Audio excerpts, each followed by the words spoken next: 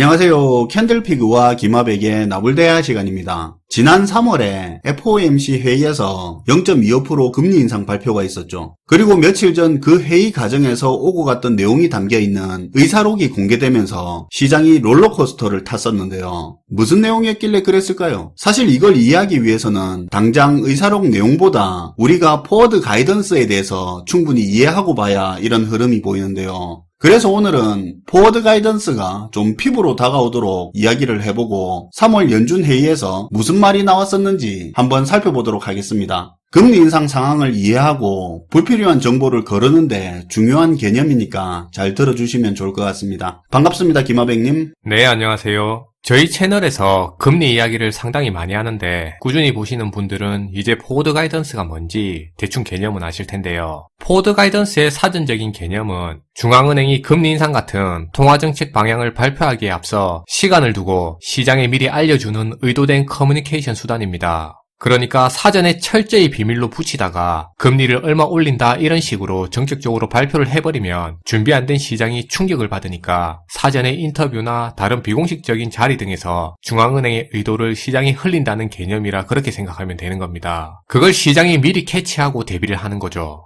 이거하고 비슷하겠네요. 만약에 제가 외벌이 가장인데 이직을 위해서든 구조조정 때문이든 뭐가 됐든 어쩔 수 없이 회사를 그만둬야 하는 상황이라고 가정을 했을 때, 근데 이걸 꽁꽁 싸매고 있다가 그만둔 당일 저녁에 가족들한테 통보를 해버리면 전부 다 멘붕에 빠질 거 아닙니까? 와이프는 와이프대로 살림 계획이 있었고 자식들도 진학이든 학원이든 무슨 계획이 있었을 거고요. 그쵸. 근데 내가 회사를 그만둬야 하는 게 기정사실이라면 내가 할 수 있는 건 퇴사 발표 전에 가족이 받을 수 있는 충격을 최소화하면서 미리 식구들이 대비를 할 수 있도록 계속 강도를 높여가면서 신호를 미리미리 주는 게 최선이겠죠. 예를 들어 처음에는 우리 한 달에 생활비 얼마나 들어가냐고 물어보면 또 대묻겠죠. 무슨 일이 있냐고. 그럼 아니 요새 회사 분위기도 안 좋고 해서 혹시나 하는 정도로 살짝 포워드 가이던스를 던지겠죠. 그리고 좀 있다가 회사에 명예퇴직 받는다더라, 조건이 어떻다더라, 또 이후에 우리 회사 구조조정 시작됐다, 나도 지원하는 게 유리할 것 같다 등등 이런 식으로 강도를 높여가다 보면 아무래도 실제로 퇴직을 했을 때 충격이 덜하겠죠. 네, 그런 개념이에요. 포워드 가이던스를 준 그 기간 동안에 가족들은 불필요한 소비를 줄일 수도 있고 계획을 수정할 수도 있고 아무튼 아버지 수입이 끊길 수도 있다 정도는 고려하면서 대비를 하고 있으니까요. 중앙은행의 통화정책 역시도 워낙 파장이 큰 사안이라 공식적인 발표 전부터 인터뷰든 간담회든 편안한 자리든 다양한 자리에서 겉으로는 그냥 하는 말 같지만 중앙은행이 통화정책 방향이나 강도를 시장에 예고하는 철저하게 의도된 커뮤니케이션 방법이 이 포워드 가이던스라는 겁니다. 그걸 바탕으로 기업이나 기관들도 미리미리 자금 계획의 방향성을 설정하겠죠. 네. 기존에 저희 영상을 꾸준히 챙겨보신 분들은 아마 아실 건데 작년 초에 열린 미 연준 회의 결과에서 2023년까지 금리 인상이 없을 거라는 발표가 나오니까 시장에서 나온 반응이 예상했던 결과가 나왔다고 분석했습니다. 그리고 지금으로부터 6개월도 안 된 작년 연말에 미 연준 회의가 열리고 그때 나온 회의 결과를 보면 올해 금리를 3번 올릴 거라고 했는데 그때도 시장에서 예상하던 결과가 발표됐다고 그렇게 얘기했어요. 갈수록 연준이 금리 인상할 거라는 횟수가 증가하는데 전부 시장에서 계속 예상한 거라고 말을 하네요. 그쵸. 그리고 최근 3월에 열린 미 연준 회의를 보면 이때는 또 금리 정책이 바뀌어서 올해 금리를 7번 올릴 거라고 했는데 분명히 또 바뀌었는데 근데 이때도 언론 보도를 보면 시장에서는 예상했던 결과가 나온 거라고 반응했습니다. 가만히 보면 그동안에 계속 예상이 바뀌었는데 시장에서는 계속 예상하던 결과가 나왔다고 하니까 도대체 뭘 보고 예상한 거냐는 그런 생각이 들 수 있어요. 그러니까요. 그런 의문 가지시는 분 많죠. 미 연준 이야기하는 거 계속 확 바뀌는데 그걸 시장이 어떻게 그때그때 예상했다는 건지, 연준에 무슨 첩자라도 심어놓은 건지 이해가 안 간다는 분이 있죠. 네. 사실 시장에서 연준 생각 바뀔 것까지 한 수 앞을 다 내다보고 예상한 건 아니고요. 실제로는 통화정책 발표 후에 연준 회의가 없는 기간 중간중간에 연준 의장이나 연준 위원들이 다양한 자리에서 중앙은행의 포워드 가이던스를 시장에 계속해서 흘려주는 겁니다. 그럼 시장에서는 요걸 캐치하고 향후의 통화정책 흐름을 예상하고 그런 예상했던 통화정책이 실제로 발표되는 거죠. 그럼 미 연준이 시장이 예상할 수 있게 미리 신호를 주고 그 수준으로 미 연준은 금리 정책 발표하고 또 예상할 수 있게 힌트를 주고 또 비슷하게 공식 발표를 하고 이런 흐름이다 보니까 미 연준이 금리 정책 발표할 때마다 시장이 예상하는 수준으로 발표했다 이렇게 말하는 거네요. 네. 그래서 작년 초부터 저희 채널에서 앞으로 금리 인상이 생각보다 빠를 거고 실제로 금리가 더 크게 올라갈 수 있다고 반복해서 얘기했던 이유가 단순히 그럴 거라고 예상했던 부분을 얘기한 게 아니고요. 파월 의장의 기자회견이라든지 각종 언론 매체를 통해서 나오는 연준 위원들의 발언 내용을 보고 나름 중앙은행의 포워드 가이던스를 해석해서 이런 내용을 전달한 겁니다. 그럼 기존에 우리가 미 연준의 포워드 가이던스를 해석한 패턴이 어떻게 되냐? 먼저 미 연준의 통화정책 회의가 열리고 금리 인상이라든가 이런 발표가 나면 이때는 발표 내용이 중요한 게 아니에요. 어차피 기존에 흘려졌던 거 공식적으로 발표하는 정도 되니까. 그쵸. 발표되기 전에 보면 이미 포워드 가이던스를 통해서 시장이 그날의 발표 내용을 미리 예측할 수 있도록 그렇게 만들어 놓은 상황이기 때문에 이때는 발표 내용이 중요한 게 아닙니다. 실제로는 발표 이후에 기자회견 석상에서 미 연준 파월 의장이 어떤 단어를 써서 어떤 멘트를 던지느냐에 따라서 앞으로 어떻게 할 건지를 암시하는 단어나 뉘앙스로 그 다음에 통화정책 방향을 계속 추측할 수 있는 겁니다. 그리고 이때 한 추측이 맞는지는 보통 회의가 끝나고 3주 뒤에 회의 당시에 연준 위원들이 생각이 정리된 의사록이 공개되는데 이거랑 비교 분석해서 보면 그 다음 회의에서 통화정책 방향이 또 어떤 식으로 흘러갈지 그 부분을 감을 잡을 수 있게 되죠. 특히 지금처럼 미국 금리 정책 하나하나가 굉장히 중요한 이 시기에는 꼭 챙겨봐야 되는 겁니다. 그래서 기존의 저희 채널에서도 미 연준의 통화정책 회의가 있을 때마다 앞에서 말한 이런 패턴으로 분석해서 소개해드리는 시간을 가졌어요.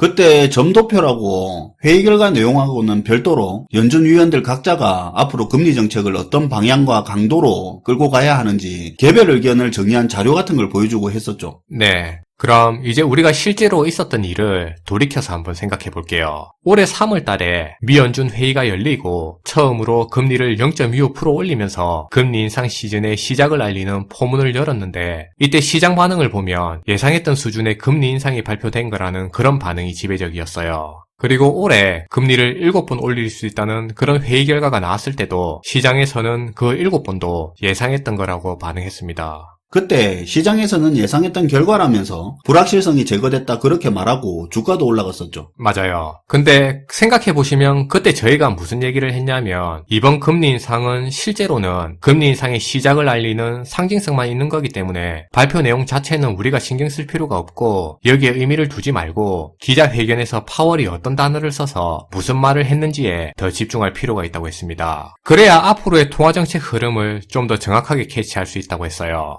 이때 파월 의장이 했던 얘기 중에 3월달 기자회견에서 네, 그때요. 지금 인플레이션 문제가 자기가 생각한 것보다 더 심각하기 때문에 물가를 잡기 위해서 수당 방법을 안 가릴 거고 유연성을 가지고 통화정책을 펼치겠다고 했습니다. 그리고 통화정책을 펼칠 때 어떤 사건으로 인해서 벌어질 결과를 자기는 미리 예단해서 통화정책을 안 펼치기 때문에 이번 회의 결과에 2월 하순에 터진 러시아 우크라이나 전쟁은 전혀 반영되지 않았다는 말도 했어요. 우리는 그때 당연히 러시아가 전쟁 중인 3월 그때 금리 인상 발표를 하니까 그거 감안해서 금리 인상 발표했다고 생각했는데 실제로 금리 인상 발표는 3월에 했지만 그 회의에 사용되는 자료는 2월까지 자료였죠. 예상하지 않고 3월 1은 3월 결과 자료가 나오면 그거 보고 대응하겠다 이거였지 않습니까? 네, 맞아요. 그리고 마지막으로 이런 얘기도 했는데요. 미국의 자산 시장은 탄탄하기 때문에 물가와 같은 실물 경제만 보고 앞으로 통화정책을 펼치겠다고 한 겁니다. 주식시장 같은 거 눈치 안 보고 금리 인상한다 그런 거였죠. 그쵸.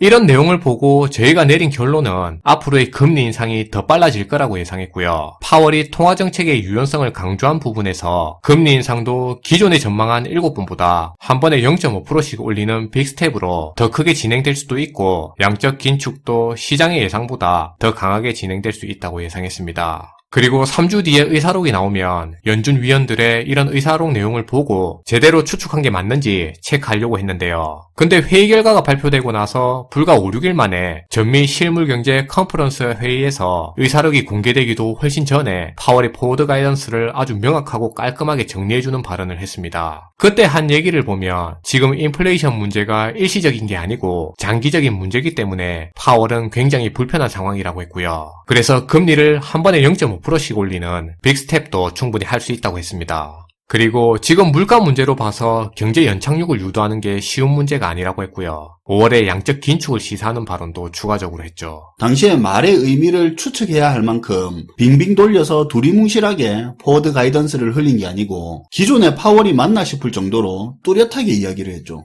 네. 그래서 파월 의장의 이런 발언을 보면 사실상 3주 뒤에 나올 이런 의사록을 보는 게 의미가 없을 정도로 명확하게 포워드 가이던스를 다 얘기해줬다고 볼 수 있습니다. 그리고 어제 보면 지난 3월에 있었던 FOMC 회의에서 연준 위원들이 자기들끼리 속에서 무슨 얘기가 있었는지를 보여주는 그 의사록이 공개됐는데 내용을 보면 크게 두 가지만 우리가 확인하면 됩니다. 먼저 첫 번째가 다가올 5월 회의에서 한 번에 금리 0.5%를 올리는 빅스텝을 진행하겠다는 거고요. 그리고 실제로는 두 번째 내용이 중요한 건데요. 이런 빅스텝과 동시에 매월 950억 달러씩 감축하는 양적 긴축을 같이 진행하겠다고 했습니다. 그렇다고 5월에 바로 시작하자마자 950억 달러씩 양적 긴축을 그렇게 바로 진행하는 건 아니고요. 예를 들면 시작하고 처음에는 4,500억 달러로 시작하다가 3개월 내에 최대한도 950억 달러씩 양적 긴축을 진행하겠다는 겁니다. 3개월 안에 긴축 규모를 월 950억 달러까지 올리는 거면 사실상 바로 950억 달러씩 긴축하는 거랑 뭐가 다릅니까?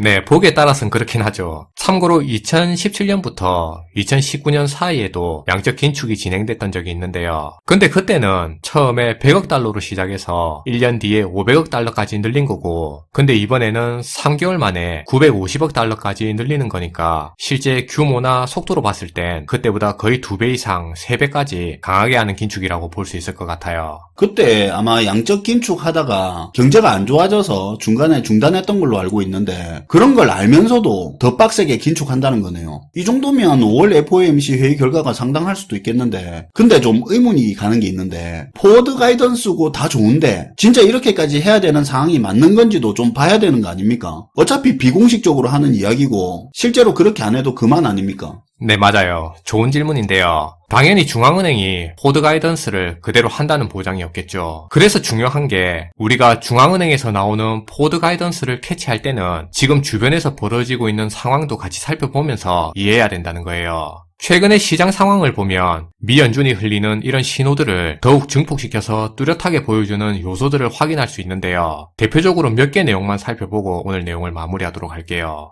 먼저 전 뉴욕 연방은행 총재는 지금의 이 인플레이션을 잡기 위해서는 미 연준이 반드시 해야 될 행동이 있는데 그게 뭐냐면 물가를 잡기 위해서 지금 시장에 참여한 주식 투자자들과 채권 투자자들에게 더 큰 손실을 안겨줘야 된다고 얘기했습니다. 만약에 증시가 자기가 알아서 자연스럽게 안 떨어지면 미 연준이 인위적으로라도 떨어뜨려야 된다고 얘기했어요. 와, 이거 억지로라도 분위기 꺼뜨려야 된다 이거네요. 네, 좀 충격적인 얘기인데요. 그래서 최근 뉴스 보면 많이 다루고 있습니다. 그리고 지금 중국의 경제 상황을 보면 상하이에서 코로나 확진자 증가로 전면 봉쇄 조치가 연장되고 있어서 현재 공장들이 문을 닫고 있고 그러다 보니 현지에 진출한 글로벌 기업들까지도 가동이 중단되는 사태를 맞고 있습니다. 공급 문제가 더 심화되겠네요. 네, 또 최근에 채권 시장을 보면 우리나라의 국고채 금리도 마찬가지인데요. 금리가 연일 급등하는 현상이 나오고 있고요. 이러다 보니 채권 가격이 떨어져서 2008년 이후 처음으로 지금 채권 가격이 액면가보다도 더 낮아지는 현상도 나오고 있습니다. 그리고 유로존 같은 경우는 지금 생산자 물가가 전년 대비해서 31%가 넘게 올라가고 있어서 폴란드의 경우 최근에 금리를 한 번에 1%를 올리는 일도 있었습니다.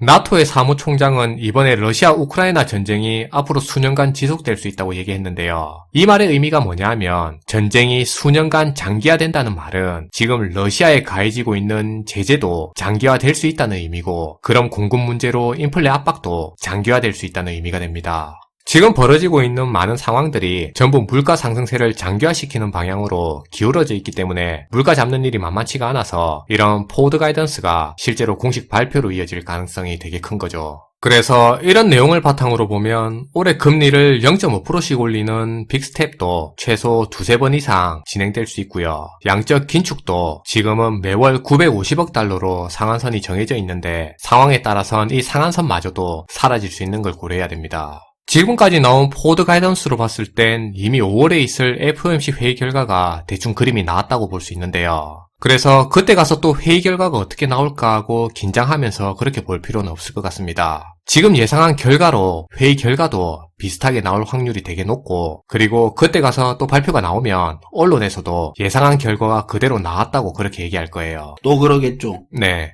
그래서 그때 가서 우리가 또 집중할 내용은 회의 결과보다는 회의 이후에 있을 기자회견에서 파월이 어떤 단어를 써서 어떻게 얘기하는지에 더 관심을 가지고 지켜볼 필요가 있을 것 같습니다. 사실 지금 보면 미 연준에서 이런 포워드 가이던스에 대해서 공을 들이는 모습이 많이 보이는데요. 그러다 보니 최근 주식 급락 사태처럼 연준의 회의 결과보다는 오히려 강도 센 포워드 가이던스에서 시장이 더 놀라는 모습도 보이는 겁니다. 최근에 저희 채널에서 러시아 우크라이나 사태와 함께 국제 정세에 대해서 많이 다루고 있는데요. 근데 이번 우크라이나 사태를 단편적인 전쟁으로만 보고 이것 때문에 에너지 가격이 오르고 물가가 오른다고 보는 경우가 많이 있습니다. 사실은 전쟁, 물가 이런 개념보다는 시대 흐름을 이해할 수 있는 계기로 삼아야 되는데요. 우리가 불과 몇 년 전만 하더라도 글로벌라이제이션, 국제 무역을 통해서 각 나라들이 가장 효율적인 방식으로 제품을 가장 싸게 생산할 수 있는 구조였는데, 지금은 조금 비효율적이더라도 안정적으로 공급받을 수 있는 그런 생산 수단을 추구하는 시대로 변해가고 있습니다. 여기서 비효율적이라는 말은 생산 원가가 올라가는 시대를 의미하는 거예요.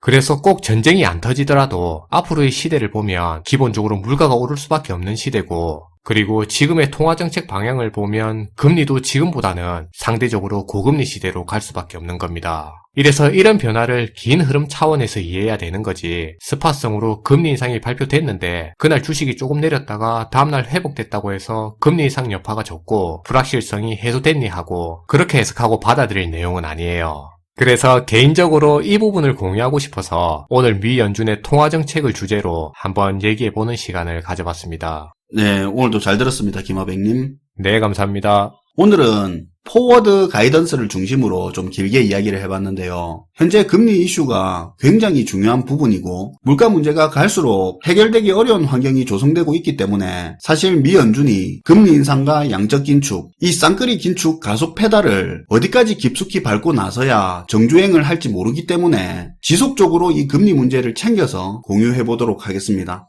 시청해주셔서 감사하고요. 지금까지 나불대화 시간이었습니다.